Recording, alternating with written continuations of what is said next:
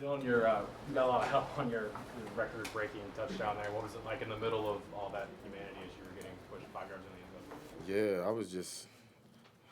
I ain't gonna lie. I'm surprised they ain't blow the whistle, but nah, that meant a lot to me though. I'm a cherish that play forever because I think my teammates wanted me to get that like as much or probably even more than I did, and like even got Nico and he came in and pushed people, So like that just shows like the brotherhood we got and how much we want each other to succeed. Eric and then West. Josh over here. Can you walk us through your strip sack? It was obviously a huge turning point in the game, the 11 points. Uh, just use my speed, man. Just preparation. Just had me in the right position at the right time, and I seen the ball. I just went for the ball. That's pretty much it, man. It's been working. West. Well, Dylan, on that touchdown, when you're kind of spinning around and all that humanity around you, and do you have any concept of how close you are to the end zone there because you're trying to protect the ball and looking around, or trying to go which way forward? It's just I keep my feet driving and especially when I feel my teammates helping me.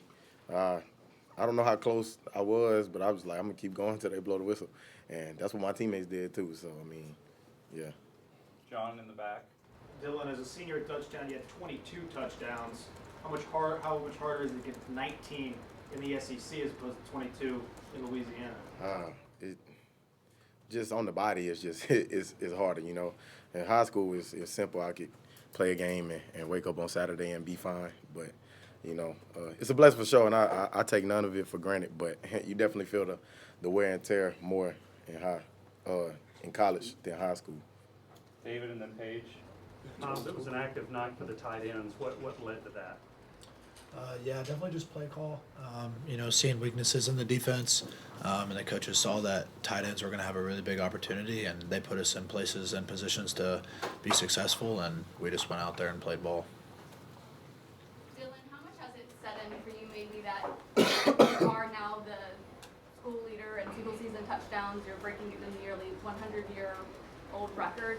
How much of that has set in? I think it hit me kind of, in a touchdown when it happened. Like I said, it's a blessing, and like to break that record, and like Gene and his family, who've held that record for so long, like it's a huge shout out to them too, because I'm just blessed to be able to break that record. But now it's just like, how far can I push the needle? How far can we go as an offense? It's not over. I'm glad I accomplished that. Now it's time to, keep putting more stats up there and keep being dominant. Adam and then Jimmy.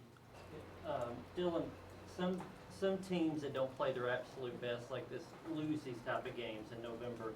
Is there a sense of satisfaction that you guys won and didn't play your best, or is it some frustration that you should have played better? I don't think it's satisfaction. I think, and you never take a win for granted, So I mean, you definitely appreciate the fight and strain from everybody because football's not gonna be perfect, and rivalry games like this are always kind of gonna be exactly what that is, a rivalry. But you take a step back, we wake up tomorrow and we watch film, like this game is very close to being like 40, 50 points at least from the offense side of the ball. So at some point in time we got to flip the switch and all of us included just stop making little mistakes that hurt us. Jimmy. Coach Heupel said that Nico is a young quarterback who gets better with every snap. Do you see that? Yeah, I think a lot of people could see that today. He was very calm. A lot of his throws were, he's making his reads. I think if you pay attention to his feet, he was kind of calm with his feet more than he's been. But, just a level of composure, you see from him in practice, the way he practices. He's just been taking attention to detail every game and getting better week by week. Patrick and then Vince. Miles, a couple questions for you. Nico said on your touchdown that you made it sound like you maybe weren't supposed to be where you were. Did you take us through that play? And also, did you also kind of describe what it was like for the rest of the offense to see Dylan get that record tonight? Yeah, so that play that I ended up scoring on, kind of a pick slip play. It's made for a man coverage, a holding, slipping across the formation, and I'm supposed to track who's running with them. And I push up to track, and obviously it's zone, so nobody's running with them. And we had never really repped in practice this week versus zone. So obviously you push up and, nobody's there, and you're like, all right. and it all happens like that. So just turning around and then me and Nico locking eyes, and then obviously you're out in space and he throws the ball up. That's just the kind of player that Nico is, not freaking out or anything like that. And luckily enough, I just happened to turn around. So, yeah, that was great by Nico.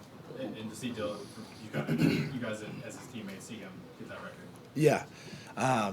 You know, I've told Dylan from the beginning, like, man, I'll always block for you. Man, this team has a culture, and like we have such a deep love for each other. And man, for just me to be here, you know, to tell my kids one day, be like, man, I played with Dylan Sampson. I blocked for him. Like, I was there when he broke the record. Like, that just means the world to me, and that I could just be a part of it. We'll go to Vince, don't do a few more after that, West, Ben, and then Jimmy to finish out. Dylan, on y'all's first touchdown, Peyton Lewis was in the game the entire drive, and you got the touchdown run. What'd you think of his performance tonight, and then working to try to get back in action? Yeah, man, I think he went out there and, you know, you could see the more carries he started to get, the more comfortable he started. And he's a very explosive runner. And you could just see him gaining confidence on that drive. And he was tired at the end, just like we all are, you know. But Coach trusted him, and, you know, he trusted himself to go and finish that drive, and he deserved it, you know, along with everybody else who helped him get in the end zone. But, you know, I'm proud of him, and I know he's going to continue growing. Josh, in terms of y'all defensively, there's been so many times this season where you've just, you know, you've had to make big plays, right? Yeah. Maybe a couple years ago it was the offense that would keep going, and this year it's been the defense to kind of get things turned around. How much pride do y'all take in that, your ability to kind of carry things at times? We take a lot of pride in it. We feel like we gave up too many yards and honestly too many points, and too many big plays. So when things like that happens, we just try to bounce back and just next play model. Coach Banks draws it up for us every play, man. So he has us in the right position. So it really sucks that we gave up the amount of yards and touchdowns that we did, but then we just got to learn from what our mistakes and what we did on the field. And we just got to get in that film room and apply it to our next game.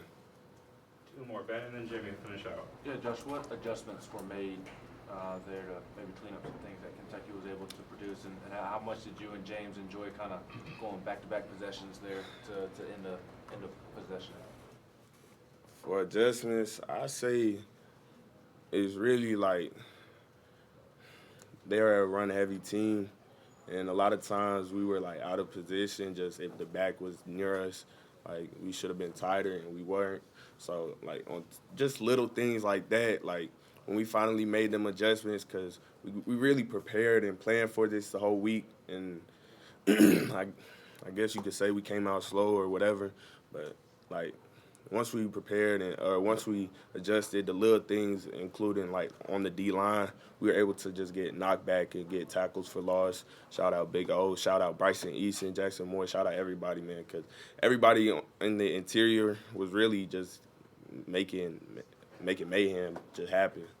And seeing me and James, man, that's my brother. So seeing him get a sack after I got a sack, it just love, man.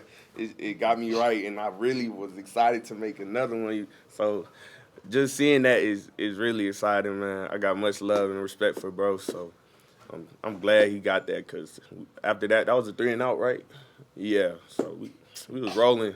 We was rolling, man. So, like, I'm glad he got that. Offense was doing their thing, so, yeah. Dylan, were you angry after your fumble, and does that make you run even harder if that's possible? Yeah, I mean, angry isn't kind of the word. It's just like, you know, kind of frustrated with myself because, you know, like I pride myself, like I take care of the ball, like that's not in my nature, you know, and then kind of to do that like back-to-back weeks, like that can't fly, like going forward, every possession counts, you know, regardless, like there's no excuse for it. I need to do a better job, like taking care of it, but it never upsets me to the point where it affects my game. The only thing it makes me want to do is just get out there quicker, you know. So, you know, some people might think I'm frustrated or like I can't move on. Like, I mean, I moved on. I'm just ready to like get to the next play and get things going. So, you know, that's kind of all it is. But just that's what this game is about: putting things behind you, good or bad. Like, you know, it's never over till it's over. So you got to keep playing. Thanks, everybody.